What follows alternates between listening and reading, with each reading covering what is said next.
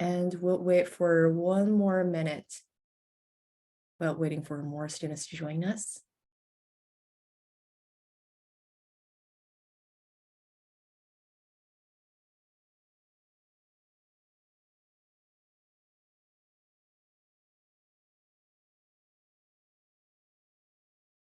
Hi, Wendy. Hi, Hiro. Thanks for joining us from Japan. Hi, Wenjie. Hanchi from Boston. Okay, nice. Mhm. And hi, Hu Lei, joining us from China. Happy Chinese New Year Eve. Welcome, Jia. Nami from India. Oh, currently live in Seattle. Nice.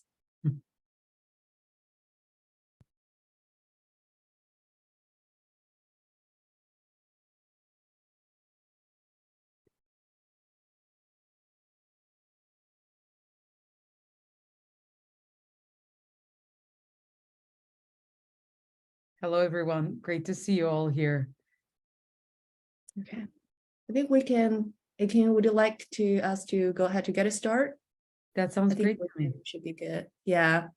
Okay. Hi, everyone. Welcome to our online information session for the University of Washington Communication Leadership Graduate Program.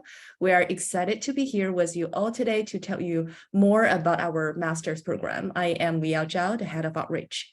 And today we also have our program director, Iking Yasin, assistant director, Heather Worko, and student ambassador join us. So I would let them introduce themselves first. Iking, do you want to go first? Sure. Well, I'm thrilled that you're all taking the time to meet us and to get to know our program today.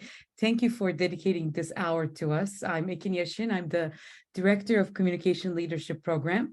Once you come to our program, you would also be taking a lot of, actually, both your required classes with me, where the entire starting cohorts are the group of students that start the program at the same time, take classes together. So I welcome you all throughout the whole year, and we get to learn essential skills and topics that are part of our program. Great to meet you all, and I look forward to answering your questions and talking to you all a little bit today.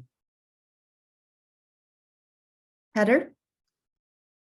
Hello, everyone. I'm Heather Workel. I am Assistant Director of Academic Services for the program, and that means that I am your academic advisor. So I help students all the way from the admissions process, applying to the program, through to graduation to make sure that you meet all the requirements and are familiar with all the policies related to getting your degree at UW. So I'm excited to answer your questions today, and thanks for joining us. Thanks. Alice? Hi. Hi, Oh, so Alice I'm is here.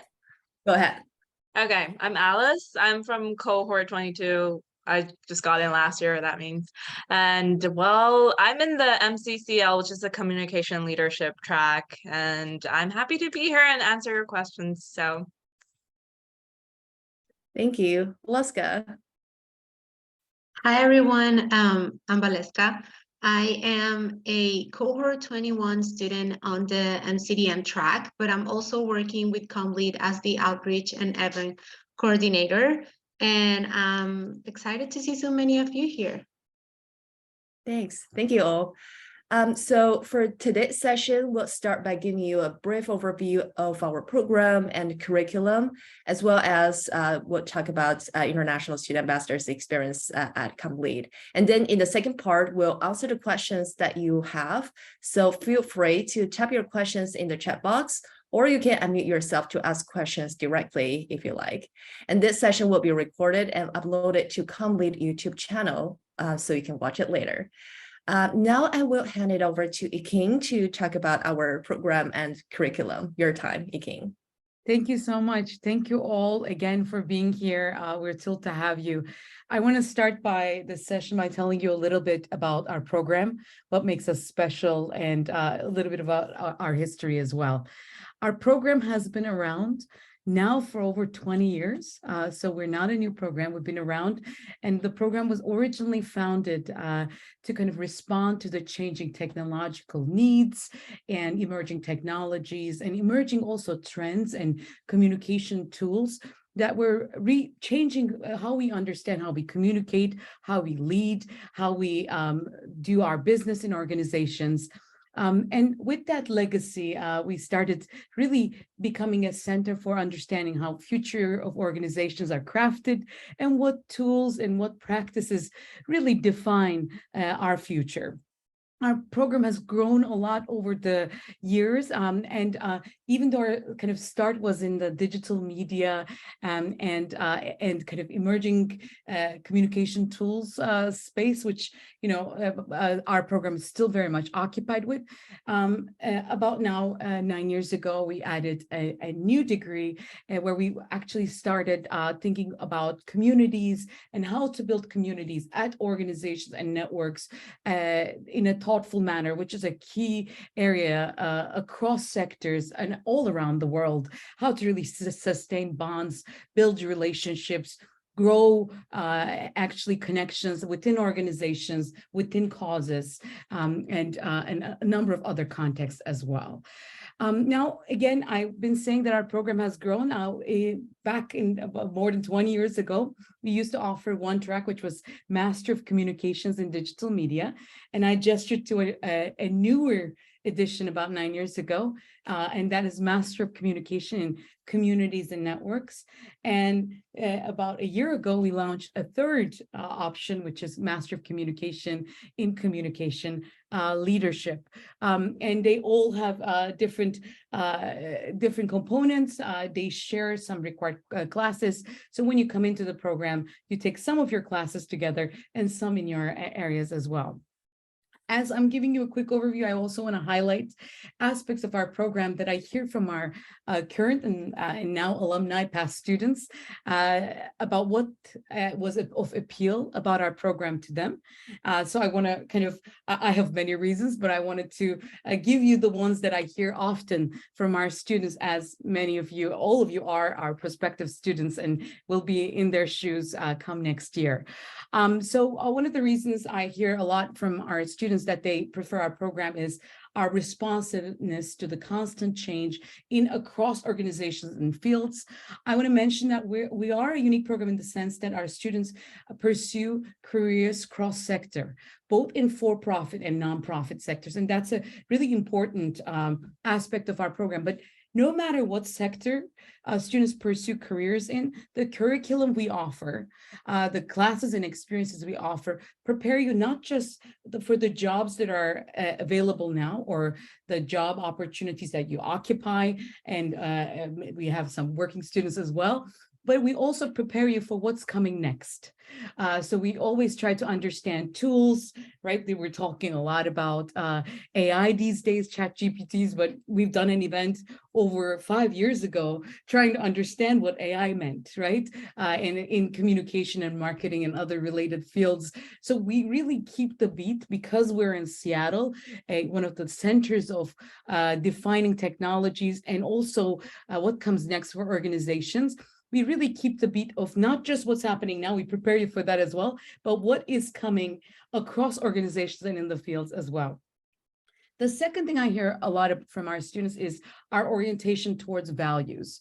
What I see common in all of our students is their commitment into doing good in the world, not just advancing their careers. And we really instill that in our program as well. We don't want you to just go out and get a job, but go out and get a job and actually be a facilitator of positive change in the world, no matter what your roles are and within and beyond your jobs as well. So we have curriculum and opportunities, applied learning opportunities, where you work with organizations in Seattle and beyond, where you support them in their mission and as they facilitate positive change in the world. And that's something that we really take pride in, and I know that our students really enjoy. Another thing that I hear a lot from our students is that they really enjoy is our amazing global community. We're joined by many of you, and our topic is today international student experience. I am myself arrived to the US as an international student, and our program really thoughtfully under the leadership of Liao cultivates a truly global community that comes together, and you learn from them, right? We have over 20 countries represented from all continents in our program. I'm originally from Turkey. So that's a really vibrant and thoughtful community, but our community also is diverse in different ways. We have a very global community, but we also have diversity of experiences and interests, which is really valuable as insight as you build lifelong friendships in the program. And once you're a part of our community, you're always a part of our community, but you take classes with people who are already in the workforce, who have jobs, who are maybe pursuing their second job, who may have graduated early. So diversity of also experiences in our program, that's a very valuable asset. And the final thing that I want to final two things that I want to highlight that I think makes our program really special is the breadth of the types of things that we offer. We're not just geared towards, again, I said one industry, so we're kind of proof towards shifts and trends and hiring trends, because we really train our students to be able to do multiple things. We have multiple specialization areas, and you can focus on one or two or even sometimes more as you pursue your degree. And very quickly, I just want to highlight them because that just speaks to the diversity of types of paths you can take and the types of things that you can learn about. And they are content strategy and user experience, marketing and branding, organizational and professional communication, community and leadership, storytelling, ethics and law, emerging technologies and trends, and communication and culture. So from how organizations communicate internally, externally, to how they brand themselves, how you tell stories about organizations or causes, to understanding how they craft experiences for their users online and offline, and how they deal with values and craft ethics around their practice. We cover such a variety of different topics in our program. Finally, our program is very special because you do not just do your learning in the classrooms. These areas and these skills that you develop in the classroom, you also further pursue in our applied learning opportunities. We have a student-led consulting initiative where you work with organizations, get paid for your efforts, and actually work in these areas with actual organizations as they try to, again, realize their projects. Each quarter, multiple students work with organizations, and as they learn, they also earn and contribute to existing organizations. So with that, that's a very quick overview. I'm sure you have multiple questions, and we'll have some time, and I'm happy to answer any of your questions here. I'll also leave my email in the chat too, if you want to reach out to me after this session, want to say hi, or have a specific question today, and if it's not answered today, after the session as well. And with that, I want to turn it over to my colleague, Heather Workle. Thanks again. And thanks for that great overview of the program. Nice to set the stage for who we are, what we're about, kind of what's important to us. And I'm going to get into some of the more logistical details, nitty-gritty information that you want to know as an applicant to the program. And since this session is geared more towards international students, I'm going to start with some advantages that our program has for international students, but it's also good to know for all of you. So all three of our degrees are designated as STEM degrees. And so that's important for international students attending on an F1 visa. It means that you can get that STEM extension to get 3 years of OPT or work authorization after you graduate. So that's a great advantage that our degrees have. I always have people asking me, how is the STEM? It's the T, technology, because of our digital media focus and platforms. So the other thing is that our program is a fee-based program at the University of Washington. So that means that all students pay the same tuition rate. We don't have a non-resident rate. So we don't have a higher tuition rate for students that are not from Washington. So everyone pays the same low rate. And we do tend to keep our increases below that of the university as a whole every year. So that's something else that we're proud of. We try to keep the program affordable. Full-time students will typically graduate in 5 quarters. So you can get through the program fairly quickly. So students starting this fall in cohort 23 will finish full-time either in autumn 24 or winter 25. So students, that depends on if you take summer quarter classes or you take the summer off, which is your choice. About half of our students are working while they're going to school. So we have working professionals who are doing the program part-time, or for our full-time students, they often will do internships or on-campus jobs. And so all of our classes meet in the evenings or on weekends to keep your weekdays free for those kind of work opportunities so that you can learn and you can get practical experience during the program. We have a number of financial resources for students. So there's several hourly part-time jobs in the program. Valeska, who's helping us run the session today, is our event coordinator, which is one of our student positions. We also have students who support social engagement, planning events for students to go out and do in the community. We have a student who runs our Instagram and kind of WeChat and puts together newsletters for us. So a lot of those student positions where you get to practice your skills and also you get paid for those, as well as many other options on campus for students to work. Our students are kind of in high demand because a lot of departments want marketing and communications help. And so they will hire our students to help with that. We also have, as Ken mentioned, our Comm Consulting, which has scholarships available. So students who do those consultancy positions have a scholarship that goes with that.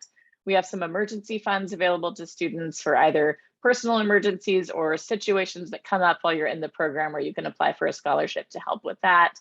And for international students, there's UW has what's called the SHE Graduate Student Loan, which is detailed on our tuition page, which is just for international students as another funding option. And I know we just had a student get that this year to help out with the program, so we have had students use that resource. For domestic students, all of our programs are eligible for federal financial aid through the FAFSA, so you can apply for that. And then we have a number of students who also have used the GI Bill and veteran benefits to help fund the program. For applications, this is the upcoming deadlines that you need to know about. February 1st is our priority deadline.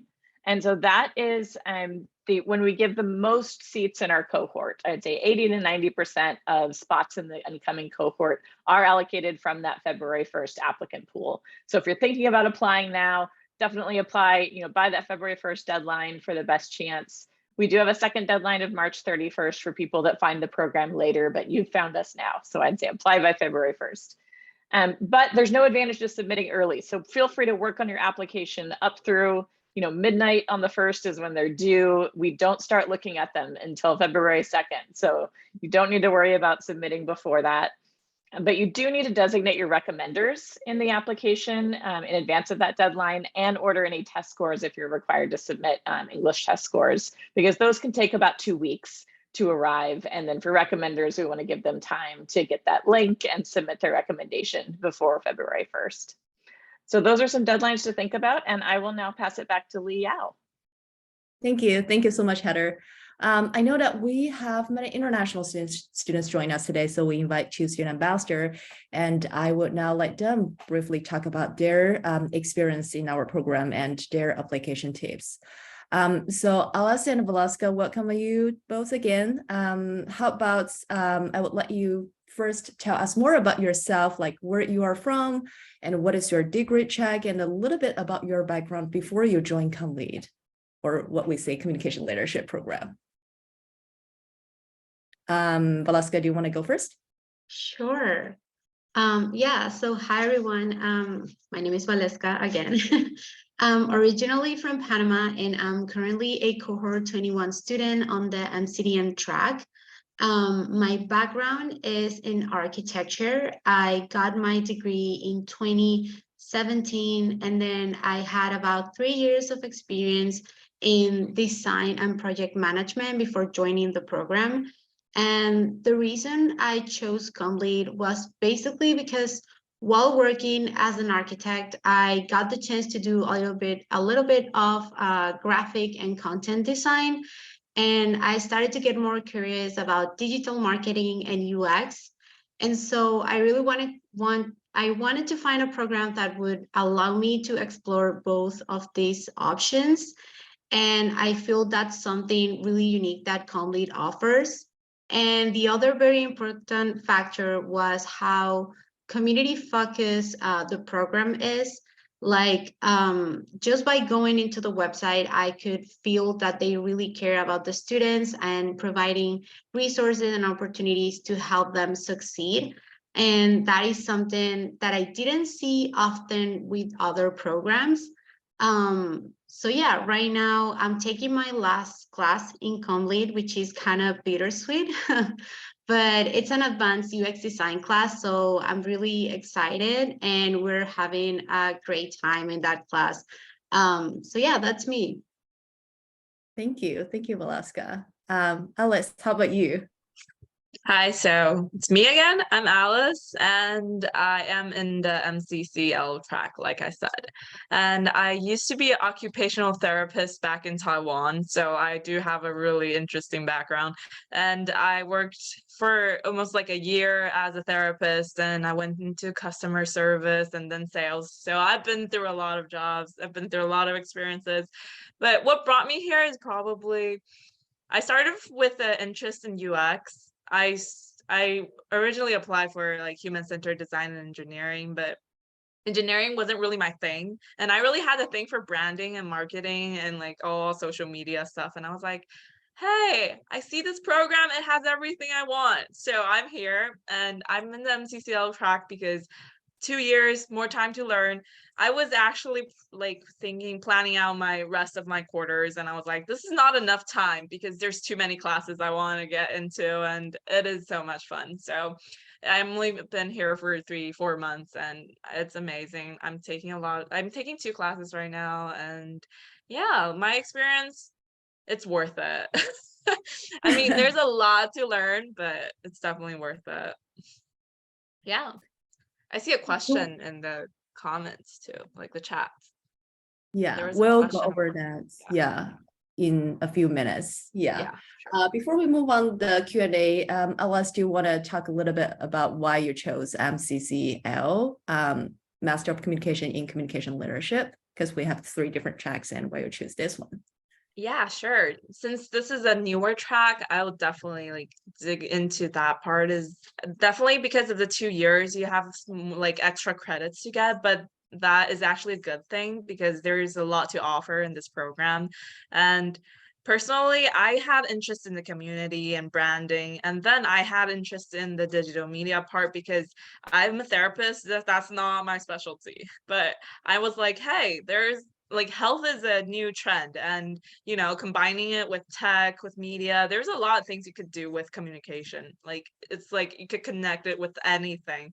So a 2 years program for you that you want especially when you want to work pivot. Like I'm a therapist, it's really hard, especially back in my country and back in Asia. Like what you study is what you are, and that's for the rest of your life. And you're like, hey, I want to change my job, I want to transition in life, then I think MCCL is perfect for you if you really want to get into like hands-on on different genres, especially in communication. It's definitely worth it. Yeah. Awesome. Thank you, Alice. Well, Oscar, next question is for you. Do you want to talk about your student assistant role at CommLead? You're my student assistant, and how you get into this position and what you do in this role. Yeah. So as you already know, I'm currently working with CommLead as the outreach and event coordinator. I started this position in June last year, I think, but I applied in late April, and I found out about the role in one of the CommLead weekly newsletters.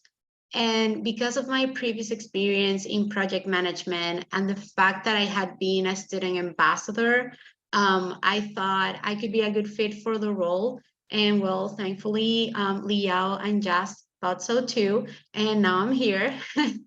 And what I do basically has 2 parts. So there is the outreach one where I help Liao with the promotion of the program. We do email campaigns. I have done one-on-one sessions with prospective students. I also lead the Student Ambassador program and the Q&A sessions. And then I also assist with any other recruitment effort. And so the other part is the event coordination, where I also help in organizing and managing the multiple career and networking events, both virtual and in person, that the program offers to current students and alumni. And this involves everything related to venues, invitations, food, and also communicating with speakers or special guests if that's the case. So yeah, that's basically the job that I'm doing right now. Awesome. Thank you. Thank you. You have done an amazing outreach job. Thank you. So before we move into the Q&A, do you want to share one or two application tips for our students that they can take away from today's session? Alice? Alice. Yeah, sure. So since I applied around, I actually applied in the second round, but definitely recommend you do it in the first round. But since then, I think I'm a good applicant then. Anyways, well, so I see, like, I think you have to make yourself a well-rounded person. Like, you have to show as many good aspects as you can.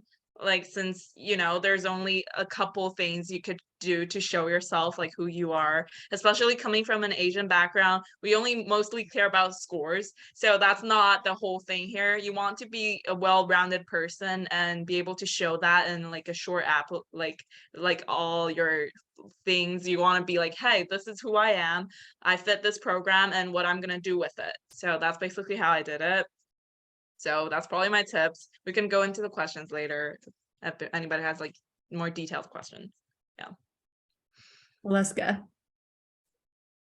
Yeah, What is your- so sorry. Yeah, so I think mine would be similar to Alice. Like, you really have to tell your story.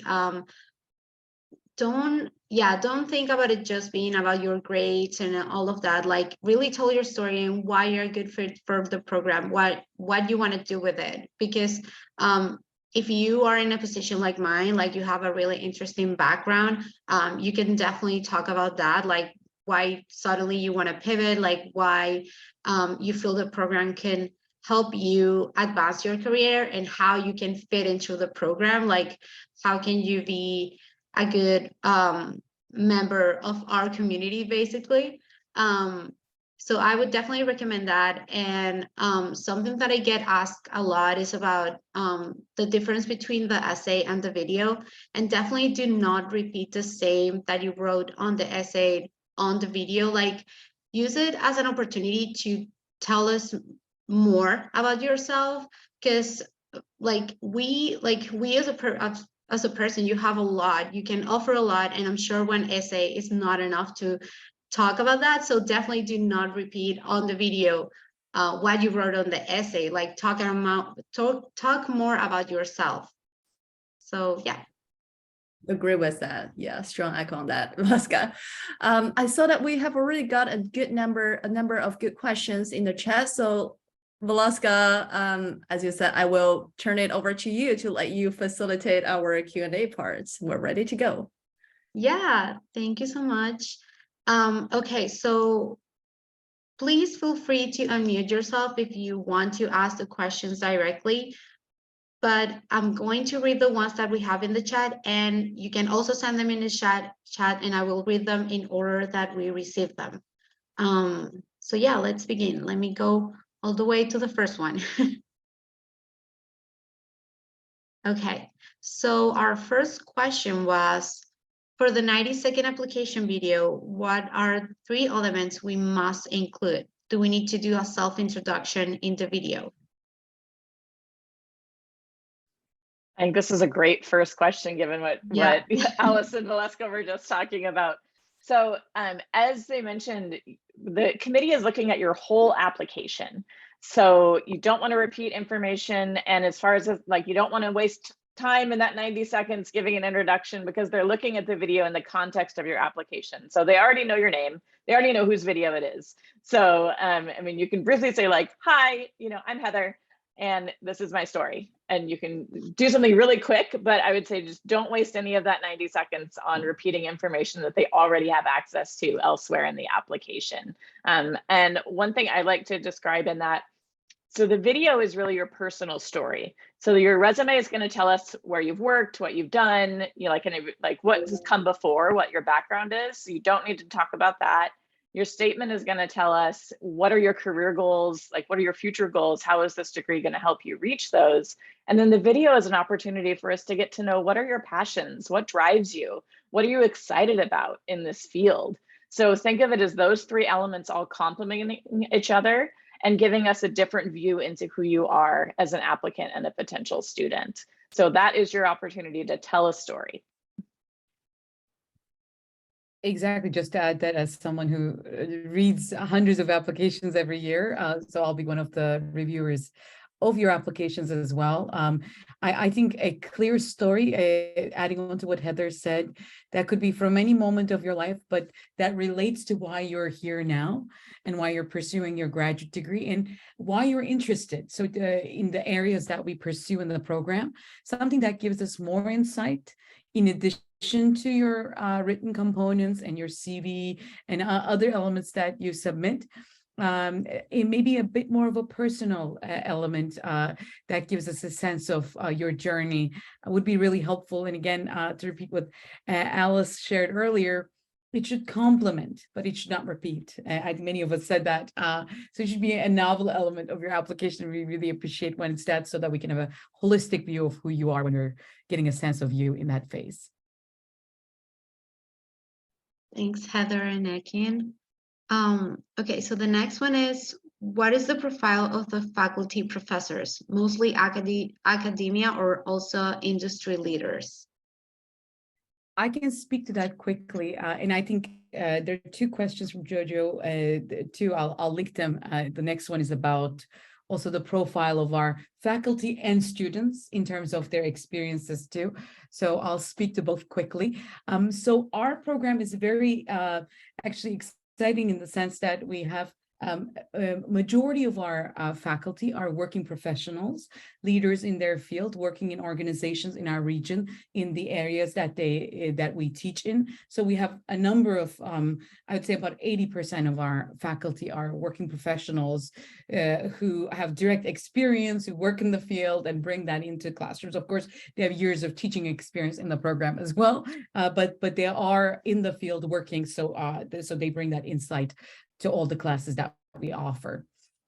We also have, of course, academically oriented instructors as well, like myself. My background is a little bit of both, actually, but we have classes offered by, I would say about 15 to 20%, correct me if I'm wrong, Heather, of our classes are offered by such faculty who have who are in a related field, again, do research in the fields of our study, but again, common, even if they're in more academically oriented or from the industry, they both have a sense of what's going on in the work world. So our classes are very much professionally oriented, no matter who teaches them, just to give you a sense of that. In terms of the profile of our students, that's one of the most exciting aspects of our program.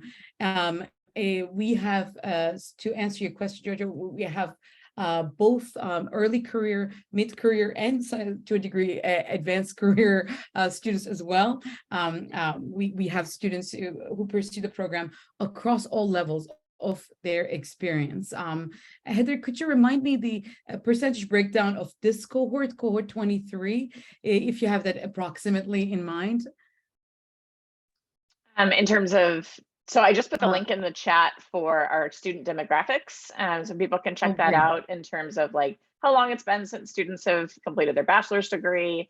I think this, and I'm just looking at that page now. Yeah, about 20% of our students graduated with their bachelor's degree 10 or more years ago. So definitely that mid-career or even, more professionals in the program who are coming back to retool, to gain new skills, and maybe branch into a new career is definitely a good portion of our students.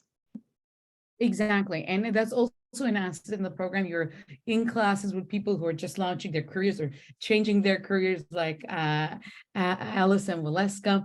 But then we also have students in the classes that you're taking who are working in quite reputable organizations in our region and pursuing their degree at the same time as well. We have students also who worked and using for many years and are now taking a break and going back to school full time. So it's a combination of those experiences that makes our program so vibrant. So we highly encourage any level of experience to apply to our program. That diversity really makes our program strong. So I'll turn it back over to Valeska. Thank you so much for addressing my questions. Of course, great to meet you. Yeah. Okay, let's move on to the next one is, could you talk about what does your ideal applicant look like?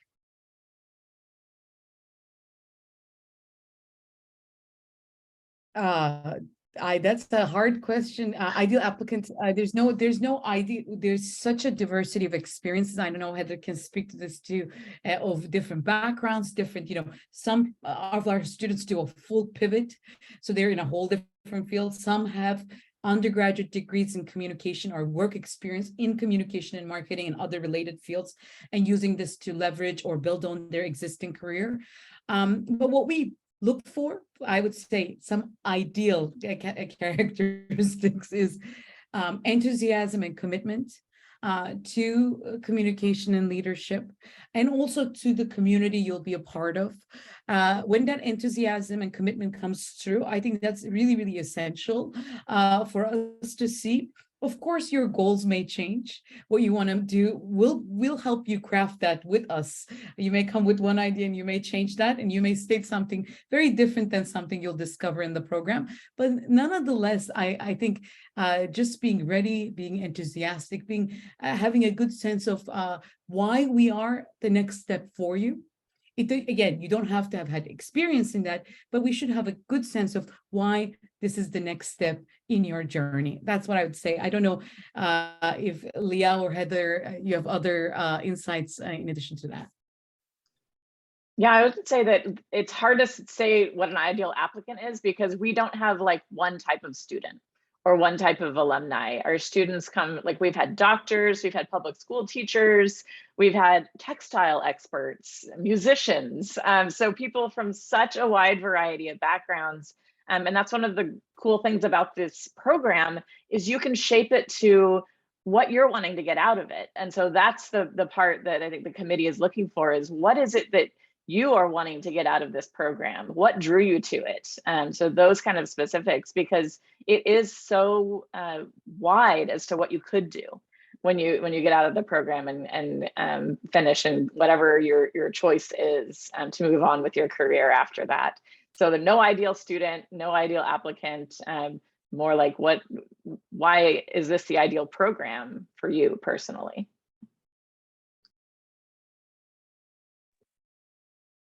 Thank you. Okay, so the next one is, what is the advantage associated with being part of the college's alumni network? I think what Charlotte is trying to ask is how to take advantage of our program's alumni network, and what you can benefit, what you can take away from this alumni network. So that is one of the big advantage of our program. Like, CommLead has like more than 1,000 alumni so far in the past 20 years. And we have really, really strong alumni network. And what they can support is, first one, like, we have like alumni fellow group, and they host workshops, and they join our all kinds of big events like orientation or First Fridays, and to engage with our students. And they also host workshops in some different hot topics areas like UX design, research, or marketing, and they will help students get additional knowledge that they don't get from the classes. So that's the one part that you get. And the other thing is, we definitely host like quarterly networking events. This is something that we create after the pandemic. We realized that students really still need in-person networking events to meet with alumni, to meet with other students, cohorts. So we start with that, and students in the networking event will be able to talk with our alumni from different fields. And I know that we have a lot of good stories that how students get their job through this network events.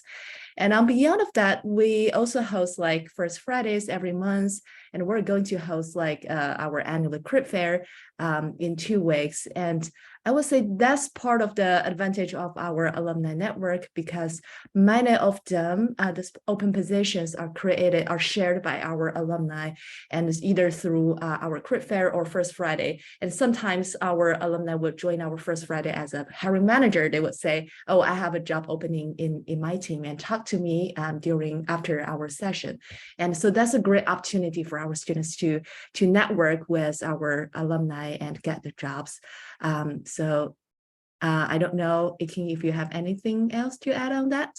Yeah, I mean, our alumni, one of the things that I would say is once you're an alumni, you're part of a network of successful professionals who can always rely on one another for new opportunities or to, share ideas in what you're doing at work. But for students too, when you're in the program and there's an organization you're interested in, or you want to understand a particular type of role, we have such a vast array of alumni network across organizations in Seattle, around the US, and also globally. At this point of over 20 years, we accumulated such a wonderful network. And again, as also some of our students already mentioned, we're very community oriented. They're really committed to your success.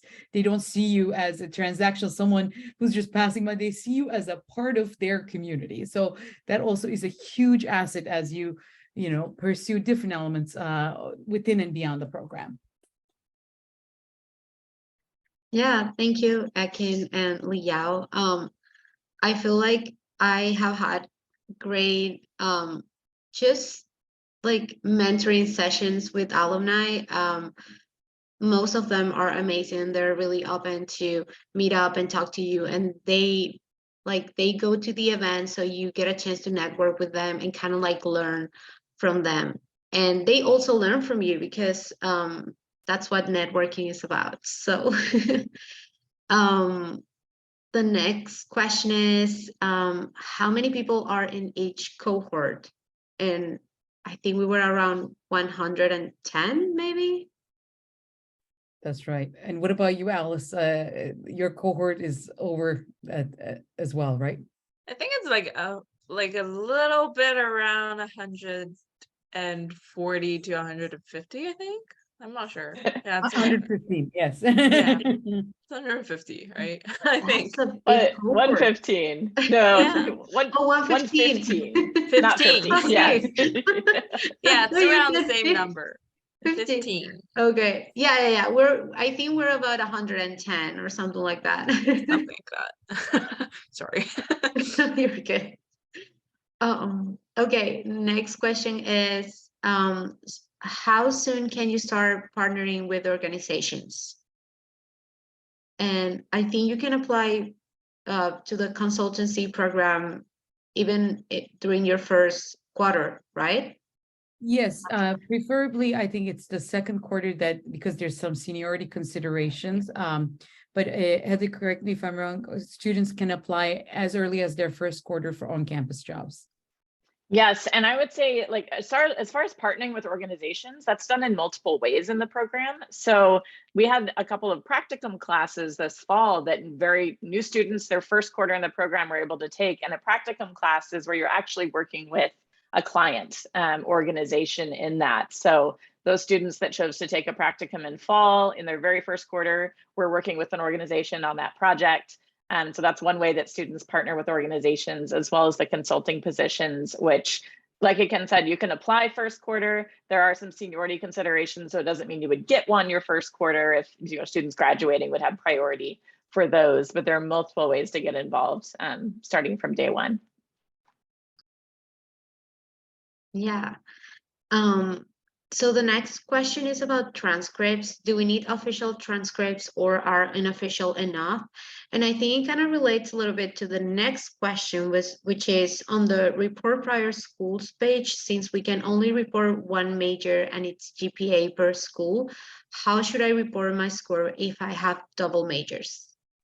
Yeah, now we're getting into the application logistics questions. So first, only unofficial transcripts are required. Please do not have official transcripts sent.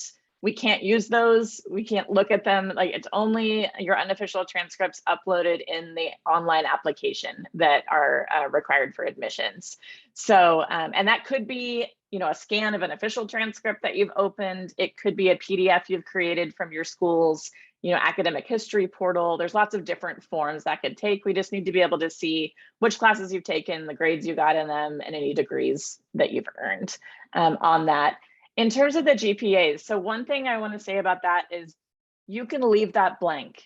It's something that the graduate school is actually eliminating from the application. They're moving to a new system next year. They wanted to eliminate it years ago. The only GPA question that matters is the one that's just asking for your GPA for the most recent 60 semester or 90 quarter credits or your cumulative.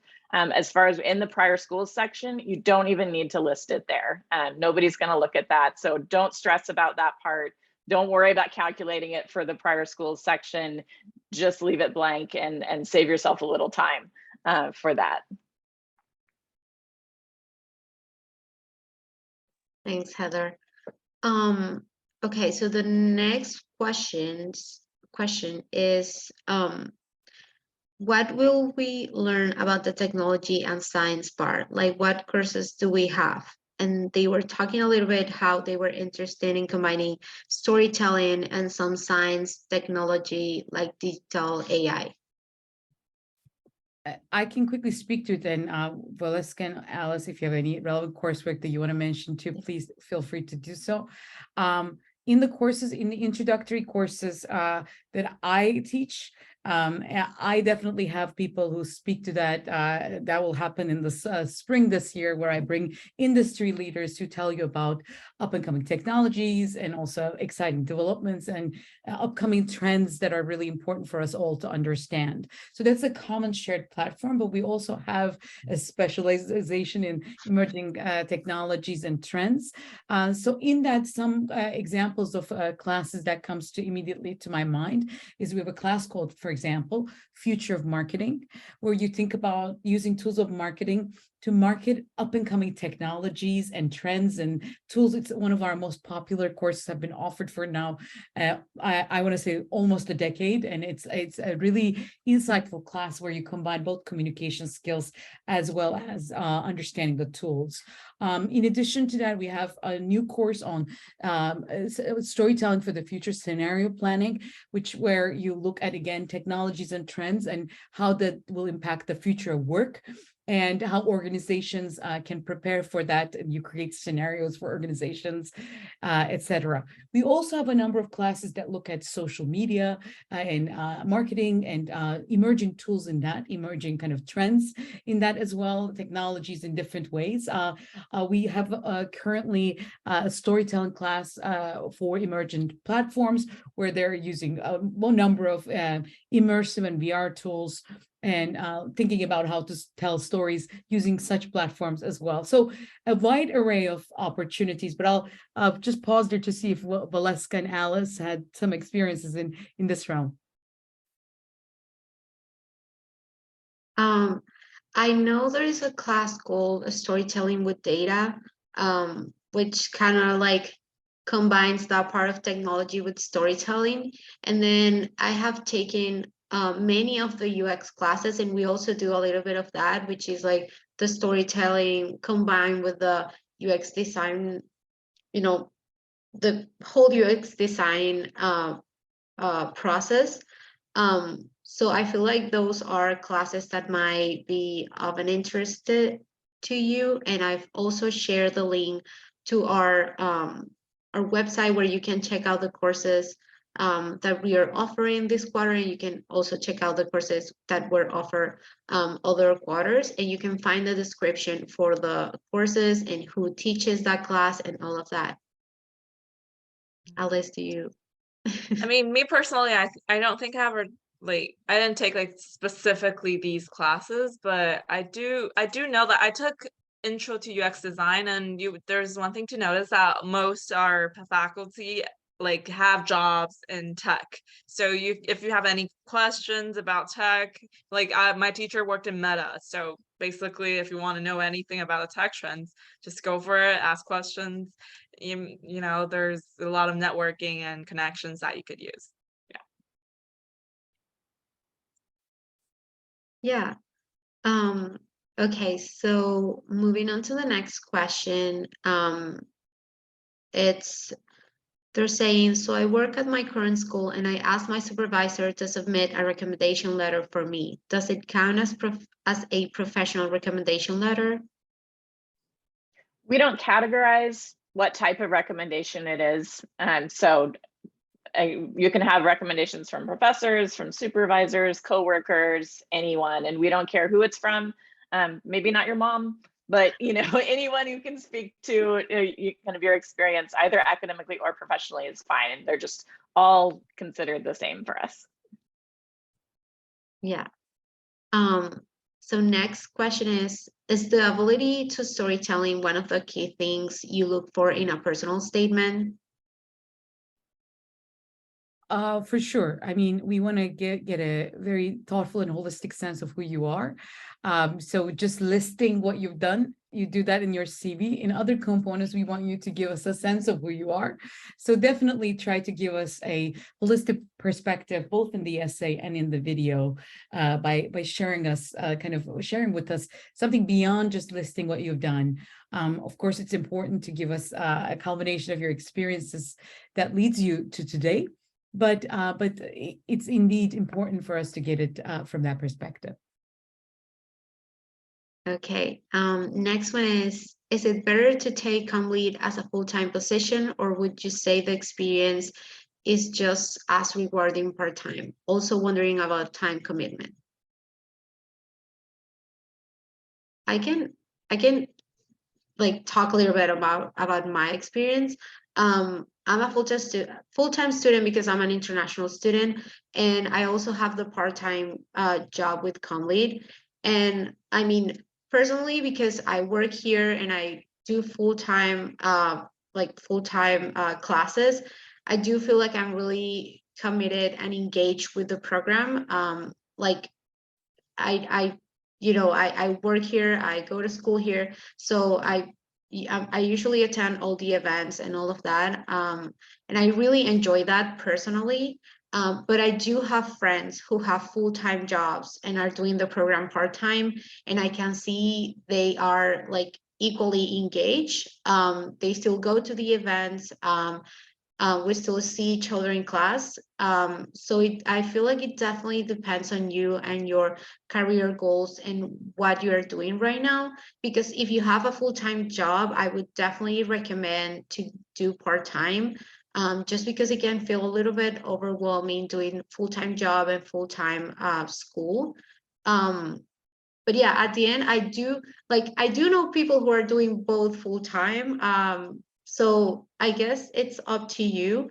But I think that if you don't have the pressure or like the requirement that we as international students have, that we have to be full-time, I think that the good thing about doing the program part-time is that you get more time to be in the program, more time to go to the events, just thinking like, because you're gonna be in Seattle for more time here maybe, so you can go to the event, so it's more time also to kind of like explore the classes that you want to take. If you really want to take one class and they are not offering that class that quarter, you can wait, like you have that possibility. So I personally, if I could, I would have taken advantage of that probably. But at the end, it's a very personal decision depending on your career goals.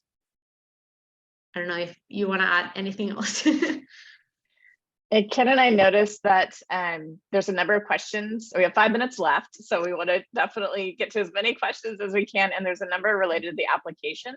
So I was just going to rapid fire, like answer those, like all. That's okay with you, Valeska? Yeah, of course. So there's one here about if you're not a U.S. citizen, have you received a degree from a U.S. institution? Any question that asks, have you received a degree, If you're going to be receiving that degree before you would start the program, the answer is yes. So you have to have completed, it's very common for people to apply during their final year of another program. So if you're going to earn that degree by August 2023, you would say yes for any question like that. There's someone asking about the CV. Can it exceed 1 page? There's no page limit on the CV or resume.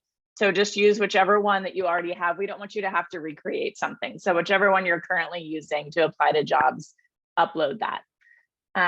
There's another one here about choosing one major per school. Should I report the same school twice? If it doesn't let you like put a slash or like list 2 majors, feel free to list the school twice. If you're a double major, that's perfectly fine.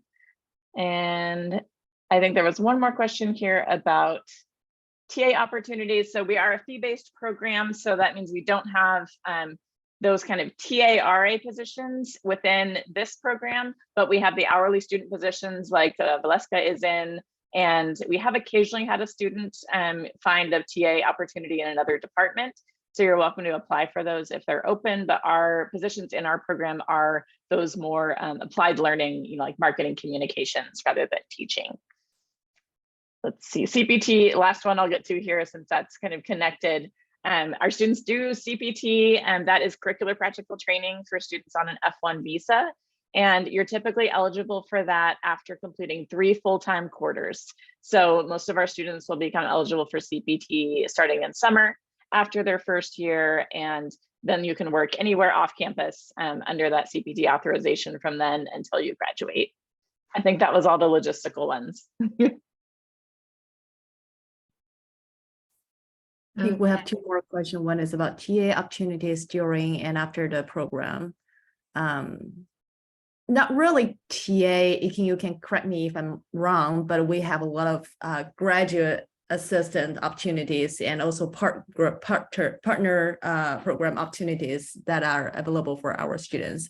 Like we have maybe like about 10 student assistants. They work for different kinds of work for Comm Lead through our events, career, alumni, or content strategy, social media, WeChat, Chinese outreach. So that opportunities are always available when like Valeska or other student assistant graduate, or they have some other full-time jobs.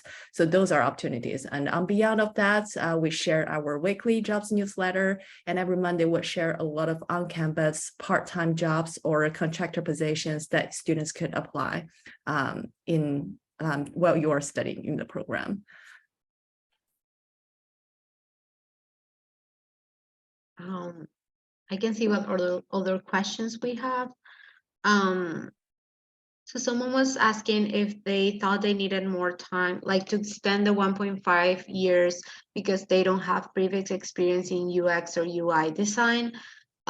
So I would say if you are pivoting, you can definitely consider the MCCL track, which is the one Alice is in, because it allows you to take more credits. So you can take more classes if you feel like you would learn, like you need those classes, you need more classes. But I do know, and that myself, like I'm pivoting into UX and I'm only doing like MCDM. Just taking mostly UX classes. So at the end, it depends on you. You have both options. Are there any opportunities for full-time and part-time students to connect with each other? Yeah, totally. We have, as we have mentioned, we have monthly networking events, both in person and virtually. And then hopefully you'll make friends and you'll find times to also connect and hang out with each other. So yeah, definitely, it doesn't matter if you're full-time or part-time, you are equally welcome to all of our events. And I was just going to say something about that too. In addition to Valeska, we have a social event coordinator for students in the program. So just so you know, we have someone responsible from creating social events for students, and they're all types of events. Of course, it's totally from kind of going out together to going to sporting events to visiting museums around Seattle or on campus to visiting different parts of Seattle. There are about 2 events per 2 to 3 events per quarter that are just social events for students to just connect and relax and get to meet one another, on top of all the networking events that we do. That's a very important and intentional part of our programs. I just want to quickly mention that. Yeah, thank you, Akin. I was going was talking so fast, I forgot to mention that. But yeah, Leah, she's the one who's organizing those events right now, and she is doing an amazing job, because we have done so many different things. Yes, I hope we covered all the questions that students asked in our chat. If you have more questions, as Heather said, feel free to contact us through our email address. And good luck with your application. And we'll stick around for like 1 or 2 more minutes in case you have more questions for us. Otherwise, have a good one. Thank Thanks you for joining us. Thank you so much. Thank you, everyone. Great to meet you all, and feel free to reach out to us. We look forward to meeting you in person, hopefully next year. Thank you for taking the Forward to time seeing you in Seattle. What? Yes. Bye. Enjoy the rest of your day. Thank Happy you. almost Bye-bye. Chinese New Year to those celebrating. Oh, Carrie, did you want to ask a question? Yeah, thank you so much. I know you're trying to say goodbye, but do people ever do dual master's programs with the MCCL? It is possible. So UW does have what's called an informal concurrent degree, where if you apply to 2 different graduate degrees and are admitted to both, then it allows you to double count some of the credits for those. We're not part of any formal combined degree options, so it's just kind of a choose your own adventure. If you do that, I think we've had one student do the MBA as well as the MCDM several years back. I think we've more often had people move from another UW grad program to ours after they discovered it. Like, oh, this is what I really want to do. So they just switched over. But yeah, that is an option that UW has. Yeah. Awesome. Okay, that's really exciting. Thank you so much. And for the essay, do we just want pretty much no storytelling involved in that, or is some story welcome as long as it doesn't repeat? Yeah. I mean, as long as you're answering the question in the way in which you hope to, I think that we have different styles of answering it, depending on who you are. And I would say I've seen people who just kind of took a journey approach and gave it, I mean, given they're still relatively quick, sense of there's more of a beginning, middle, and end to it. And other students have responded just to the question, and that's also fine too, by the way. So whatever I think does justice to what you want to relate to us as an information, if that makes sense. That does. That's really cool. Thank you so much. All right, and thank you all for your time and support in this process. Of course, thank you. We look forward to your application. Me too.